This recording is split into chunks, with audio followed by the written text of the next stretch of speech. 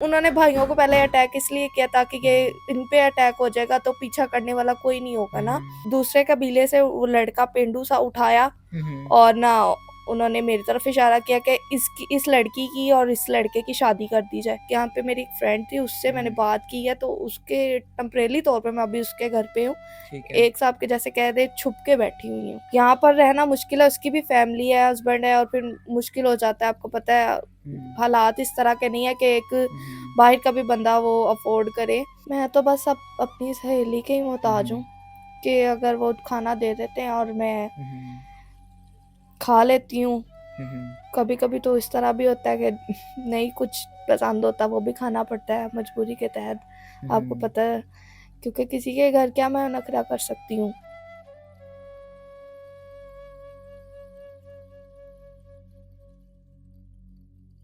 अस्सलाम वालेकुम नाजरीन, मैं आपका अपना मेज़बान ज़ुबैर राजपूत। हमारे साथ 21 साला नौजवान खूबसूरत बलोचिस्तान से ताल्लुक़ रखने वाली बहादुर लड़की मौजूद है। बहादुरी का लफ्ज़ मैं क्यों यूज़ कर रहा हूँ, ये इन्हीं से बात करेंगे तो आपको अंदाज़ा हो जाएगा कि ये बहादुर क्यों है। अस्सलाम वालेकुम। वालेकुम अस्सलाम। अच्छा, मुझे बताइएगा कि आपने बताया कि आपके वालिदैन आपको वकील बनाना चाहते थे। ऐसी क्या वजह थी कि आपको एलएलबी के शोबे में जाने के लिए प्रेफ़र करते थे आपके वालिदैन? जी, मेरे वालिदैन को बहुत ज़्यादा शौक था, क्योंकि हम बलूचिस्तान से हैं और बलूचिस्तान के लोगों को वैसे ही बड़ा बहादुर समझा जाता था। तो मेरे वालिद जब ऐसे कबायली इलाकों में अक्सर आपको पता है कोई ना कोई बात से लेके झगड़ा और कोई ना कोई ऐसे तनाज़ुरात पैदा होते थे, जिसकी वजह से मेरे वालिद साहब देखते थे तो कहते थे कि हमारे भी बलूचिस्तान में से कोई वकील होना चाहिए। तो उनको मुझ पे बड़ा मान था, तो उन्होंने कहा कि मैं अपनी बेटी को वकील ही बनाऊँगा। अच्छा, मुझे आप ये बताएँ कि आपके ख़ानदान में आपके भाई भी होंगे, आप बहनें भी हैं, तो लड़की को ही क्यों वकील बनने के लिए प्रेफ़र किया गया? आपके भाई क्यों नहीं बने वकील? हम 5 बहन-भाई थे, 2 भाई मुझसे बड़े थे और तीसरे नंबर पे मैं हूँ। मुझसे 2 छोटी बहनें भी हैं। अच्छा। तो वही मैंने जो आपको बताया कि हमारी दुश्मनी नस्ल दर नस्ल चलती आ रही है। तो मेरे भाई जो से ना उनके थोड़ा मसला हो गया था और उनका इंतकाल हो गया। मेरे दादा अबू भी इसी सिलसिले में उनका भी इंतकाल हुआ। अच्छा। तो बाद में मेरे 2 भाई थे, ताकि उन्होंने भाइयों को पहले अटैक इसलिए किया ताकि ये इन पे अटैक हो जाएगा तो पीछा करने वाला कोई नहीं होगा ना। तो फिर हम लोग फिर 3 बहनें बच गई। तो उनमें से मैं तीसरे नंबर पे थी। तो फिर मेरे वालिद ने डिसीजन लिया कि मैं इसको पढ़ाऊँगा और इसको मैं बाहर मतलब कराची या लाहौर या ऐसे कोई हॉस्टल में भेज के अच्छी तालीम मतलब मेरे वालिद ना दिलवाना चाह रहे थे मुझे। ठीक हो गया। अच्छा, मुझे आप ये बताएँ कि चलें ये तो हमें समझ आ गई कि आपके वालिद साहब आपको वकील क्यों बनाना चाह रहे थे और आपके 2 सगे भाई इस दुश्मनी की भेंट चढ़ गए। और मज़ीद आपने बताया कि ख़ानदान में से काफ़ी लोग इस दुनिया से जा चुके हैं जो इसी दुश्मनी की नज़र हुए और आप चाहती थी कि वकील बन के उनको इंसाफ़ दिलवाया जाए, ठीक है? तो अभी मुझे आप ये बताएँ कि ज आपने बताया कि आप अपने घर से इस टाइम भागी हुई हैं, ठीक है? आपके घर से भागने की वजह क्या है? मेरे घर से भागने की वजह कुछ इस तरह बनी कि हम लोग ना काफ़ी ऐसे लड़ाई झगड़े हो गए और जानों की दुश्मनी इतनी बढ़ गई थी कि अब उनकी तरफ से भी कुछ ख़त्म हुए आदमी और कुछ मतलब मेरे जैसे आपको बताया दादा अबू भी और 2 भाई भी। तो वो बात इस तरह बनी कि उनमें से एक उठा है कबीले का सरदार ही, उन्होंने कहा है कि क्यों ना हम लोग इसको दुश्मनी को दोस्ती में या कोई ऐसे रिश्ते में बाँध दें, जिसकी वजह से हम लोगों के मतलब अब नस्लें और बर्बाद ना हो। तो उन्होंने ये सारा डिसीजन लिया। उस टाइम तो मैं जब ये बात हो रही थी उस टाइम मेरा हाल ही में मेरे भाई का इंतकाल हुआ था, तो मैं वहीं मौजूद थी।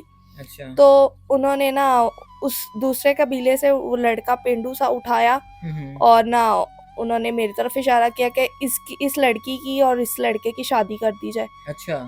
तो मैं तो एकदम जैसे इंसान बड़ा शॉक्ड सा होता है कि यार ये क्या हो रहा है। मैं इतना पढ़ी लिखी हूँ और माशाल्लाह से मैं अब वकील भी बनने वाली थी। तो बड़ा मुझे एकदम हुआ, मैंने कहा ये क्या मैं तो बड़ा घर आई, मैंने अपनी वालदा से कहा, वालिद से भी कहा, लेकिन वो कहते थे कि हमें और दूसरों की भी जानें प्यारी हैं। तो बस हमने जो कह दिया ना, ये फैसला अटल है हमारा। अच्छा मुझे आप ये बताएं, फिर घर से भागने का फैसला कब किया? कैसे माइंड बन गया कि अब घर से भागना ही है और कोई हल नहीं है? जब मेरी वो किसी तरीके से बात मान ही नहीं रहे थे, उन्होंने कहा कि बस हम लोगों ने इसी लड़के के साथ करनी है। तो फिर मैंने सोचा कि अब यहाँ पे मतलब मेरा कुछ नहीं बनने वाला। तो मैं अपने ना करियर को लेके बहुत ज़्यादा थी कि मैंने अब कुछ बनना है। अच्छा। क्योंकि इंसान जब एक दफ़ा अपने देखता है कि मैं किसी मुकाम पे जाना चाहती थी, तो मेरी ख्वाहिश थी कि मैं उस मुकाम पे खड़ी हूँ।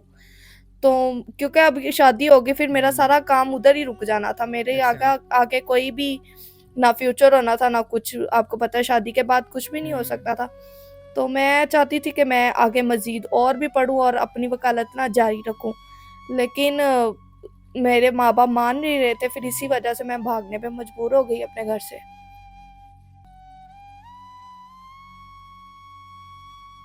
अभी आप उस हॉस्टल में या कोर्स को क्यों नहीं कैरी कर रही आप? अब तो ना मैं उस हॉस्टल में जा सकती थी और ना ही अपनी पढ़ाई जारी रख सकती थी। क्योंकि मेरे वालिदैन को हॉस्टल का भी पता था और जहाँ पे मैं यूनिवर्सिटी में कर रही थी, उधर का भी सारे एड्रेस का पता था। अच्छा। इवन के मेरे पीछे भी आए हैं वो 1-2 दफ़ा, मुझे हॉस्टल से पता चला। तो फिर मैंने अपनी यहाँ पे मेरी एक फ्रेंड थी, उससे मैंने बात की है, तो उसके टेम्परेरी तौर पे मैं अभी उसके घर पे हूँ। एक साहब के जैसे कह दे छुप के बैठी हुई हूँ, क्योंकि उनको इसका इसके घर का नहीं पता। तो उनसे मैं छुप कर बैठी हुई, इसलिए मैं अपनी पढ़ाई जारी नहीं कर पा रही। अच्छा ज़ावियार, घर छोड़ आई हैं, अपना ख़ानदान छोड़ आई हैं, वापस जा नहीं सकती। आपने बताया कि वो आपको मतलब डर है कि आपको वो मार देंगे, आपके कबीलों में इस तरह का रवाज नहीं है, लड़कियां बगावत करती हैं तो फिर वो वापस नहीं जा सकती। क्या सोचा है फ्यूचर के बारे में, क्या बनेगा? स्टडी भी जारी नहीं कर पा रही हैं, रहने के लिए जगह भी नहीं है और कपड़े भी पास नहीं है। कब तक ऐसे चलेगा, कैसे गुजारा होगा आगे? मैं तो खुद यही डेली सोचती हूँ और एक हिसाब की मैं डिप्रेशन के मरीज़ बन चुकी हूँ, ये सोच-सोच के अब मेरा क्या बनेगा। फ़िलहाल तो मुझे रिहाइश की भी ज़रूरत है, क्योंकि यहाँ पर रहना मुश्किल है, उसकी भी फैमिली है, हस्बैंड है और फिर मुश्किल हो जाता है। आपको पता है हालात इस तरह के नहीं है कि एक बाहर का भी बंदा वो अफ़ोर्ड करे। तो इसी वजह से थोड़ा मुश्किल तो हो रहा है, लेकिन सबसे पहले मुझे मेन मकसद ये है कि मेरा छोटा-सा घर हो या कोई ऐसा मकान हो जिधर मैं सेफ तरीके से बैठ सकूँ और अपना करियर शुरू कर सकूँ। मतलब अभी आपके पास रिहाइश का इशू है, कपड़े नहीं हैं, खाने-पीने का इशू है, पैसे हैं कुछ आपके पास? जी, मेरे पास पैसे तो नहीं हैं, क्योंकि मैं घर से सिर्फ़ मेरे पास उतने ही पैसे थे कि मैं इधर तक आ सकी। मेरे पास तो अब बिल्कुल भी पैसे नहीं हैं। मैं तो बस अब अपनी सहेली के ही मोहताज हूँ कि अगर वो खाना दे देते हैं और मैं खा लेती हूँ। कभी-कभी तो इस तरह भी होता है कि नहीं कुछ पसंद होता, वो भी खाना पड़ता है मजबूरी के तहत। आपको पता है, क्योंकि किसी के घर क्या मैं नखरा कर सकती हूँ। ठीक हो तो गया। बस इस तरह के हालात चल रहे हैं मेरे साथ तो।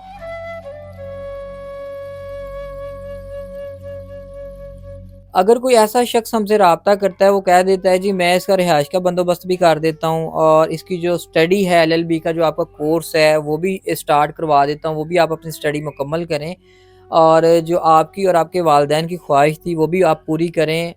लेकिन वो आपसे डिमांड कर दे जी आप मेरे निकाह में आ जाएँ और तो मैं आपको ये तमाम अखराजात उठा लेता हूँ और आपका सपोर्ट करने के लिए तैयार हूँ। क्या कहती हैं इस बारे में?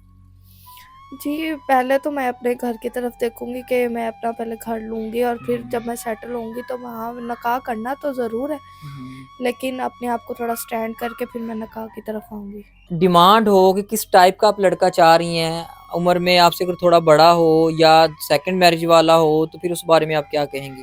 नहीं, अब तो कोई इश्यू नहीं है इसमें, क्योंकि अगर कोई मेरे साथ मेरा सहारा बन के चलेगा, तो फिर तो कोई इश्यू नहीं होगा मुझे। तो जी नाज़रीन, ज़ावियार की सारी कहानी आपने जान ली है। दर-बदर धक्के खाने पर मजबूर हैं, अपना घर छोड़ चुकी हैं, बेसहारा हैं, सहारे की तलाश है। लेकिन वही सीरियस लोग राब्ता कीजिएगा जो हेल्प करना चाहते हैं या फिर निकाह के सिलसिले में इनसे राब्ता करना चाहते हैं और सीरियस हैं, ठीक है? ना कि इनको परेशान है, मज़ीद परेशान किया जाए और इनको डिस्टर्ब किया जाए। इसी बात के साथ अपने मेज़बान को इजाज़त दीजिएगा। अल्लाह निगहबान।